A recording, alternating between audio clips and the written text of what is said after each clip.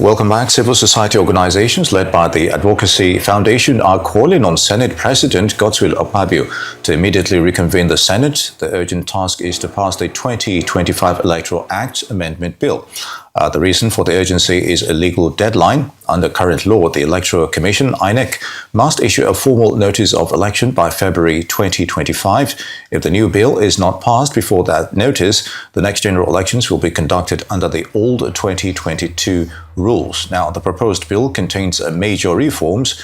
These include mandating early funding for INEC, requiring a national identity number for voter registration to clean up the rolls, and introducing early voting options. Despite this tight deadline, the Senate is on recess until January 27th. Critics point out this contrast with the swift passage of the other less critical bills in recent times. In a statement, the Advocacy Foundation warned that any further delay risks derailing key improvements and eroding public trust in the electoral process. They are urging the Senate to act now, stating that the nation is watching and the responsibility lies with them. Habib Shedu is a passionate advocate for good governance and accountability in Nigeria. He co-founded the Advocacy Foundation, which strengthens democracy through civic tech initiatives, monitoring campaign commitments. He joins us now for a chat about the looming danger in the delay to pass the electoral reform into law. Habib, it's good to have you with us on Newsday. Thank you. Thank you for having me. All right. Just before the recess, the electoral bill 2025 in its current form, are you satisfied with all the deliberations on it, the provisions on it? Before we now talk about this deadline, before they went on their recess, is it good enough to pass, as a bill, into law? Yeah. So I believe it's a good legislation now. So I believe it's a good legislation. Of course, no legislation is perfect.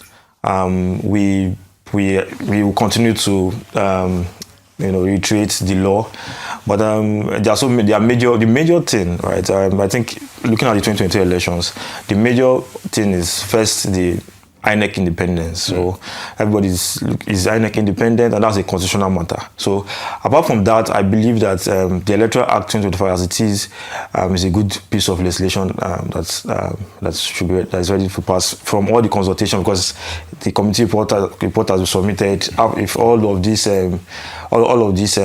conversations have been had and deliberation with civil society organizations and every actor is put into that, I think it's going to be a good legislation to be passed to actually help improve credibility in 2027.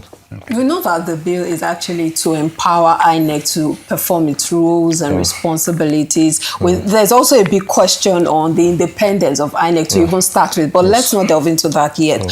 Do you believe that there's sufficient political will, especially from the aspect of the National Assembly, from their side? Do you think they have that will to pass this bill and also to create the necessary change for the bill to be implemented?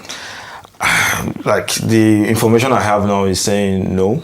I don't think they have the political will, because on December 3rd, the bill was actually in the order paper of the Senate, and I watched the proceeding live, and they passed that to consider it. The third reading was passed without any notice or anything. It was just passed. And I know the Senate also know about the urgency, that according to the Electoral Act 2022, we must declare a notice in February, 1 year before. So it means that you give this, as you just read earlier, there's a legal deadline. So if INEC is INEC going to work with the Electoral Act 2022 or work with 2025, it's a big issue. I've not seen the political will, especially in the Senate, but it has been passed in the House of Representatives, and that's a good news. But the Senate, no.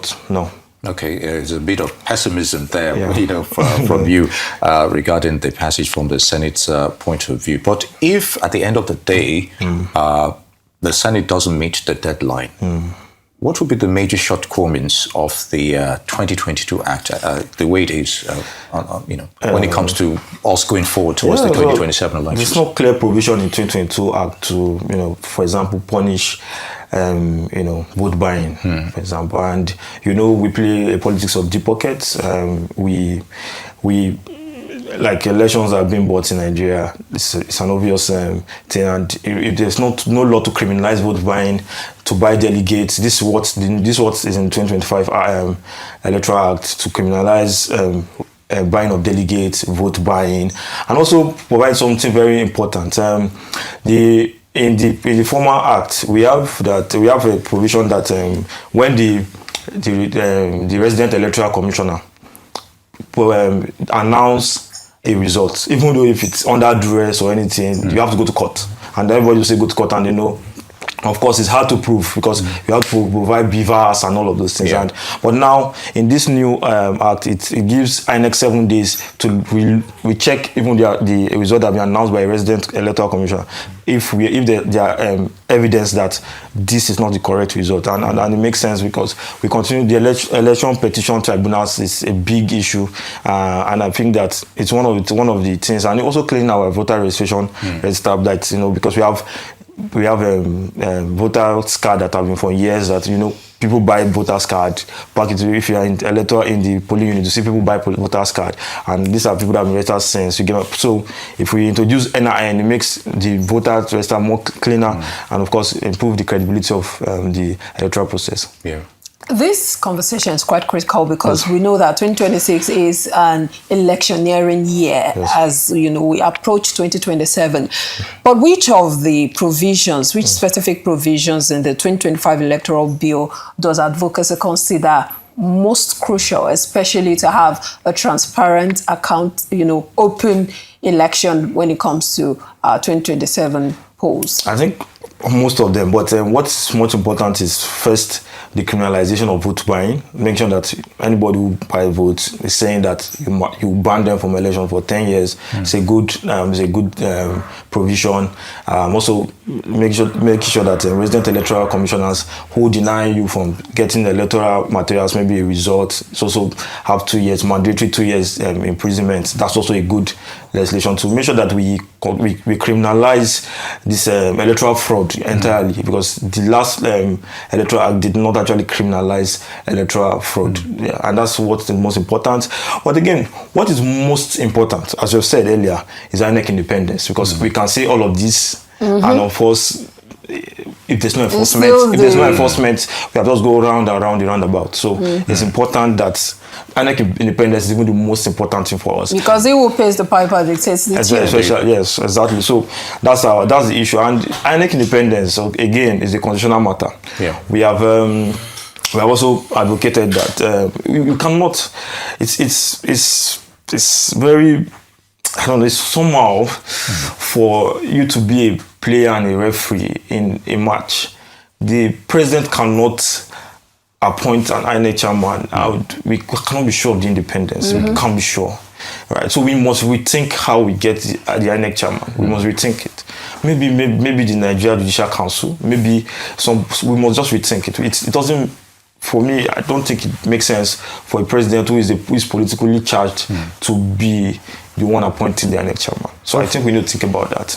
And that's what is in the constitutional review. And of course, the National Assembly have not also done well to actually fast track the constitutional review that makes INEC independence. So, all right. Sure. In other areas, how is technology shaping electoral outcomes in this part of the world? What are the shortcomings you think? You already mentioned the ones with the 2025 bill with the NIN. It will improve in terms of accountability, transparency, as it were. So what are your thoughts? Yes, in 2022, we had the beavers, we had all of that, but we also had some shortcomings with those machines as well. Yes. And maybe to a large extent weren't actually addressed by INEC. But we also saw in some off-season elections how effective they were at some point. But we're talking about general elections now. Yes, just like the 2022 Electoral Act, the 2025 also mandates beavers, and beavers is if a polling unit do not have beavers or it's not functional, the election is cancelled. It's a normal. It's also in the 2025 electoral, but of course because technology is not it's not it's not the most important thing, right? As you said, INEC independence is also important because whilst we use technology in 2023 elections, there are a lot of concerns around electoral fraud still, right? So, but I believe that what is most important, technology, apart from technology, is INEC independence. Because even though technology fails, there are provisions that you can conduct the election 24 hours after, and if all of these procedures are followed, because nothing is perfect. We don't INEC, they are humans, they can have mistakes, but if they follow the law and follow the process, I think that we can, because I do not believe that technology can solve the problem totally. I can give you a good example. In 2016, the Nigerian Bar Association had an election, their first election with e-voting. And in that election, Gazama and Mamusti end up in court for electoral fraud. So technology cannot solve the problem except to have that political will, which is very important. INEC independence is what actually guarantees that. Very good political will, and of course, INEC independence. Habib Shedu, Project Director, Advocacy Foundation, would like to thank you for your thoughts on those issues. Good to have you with us.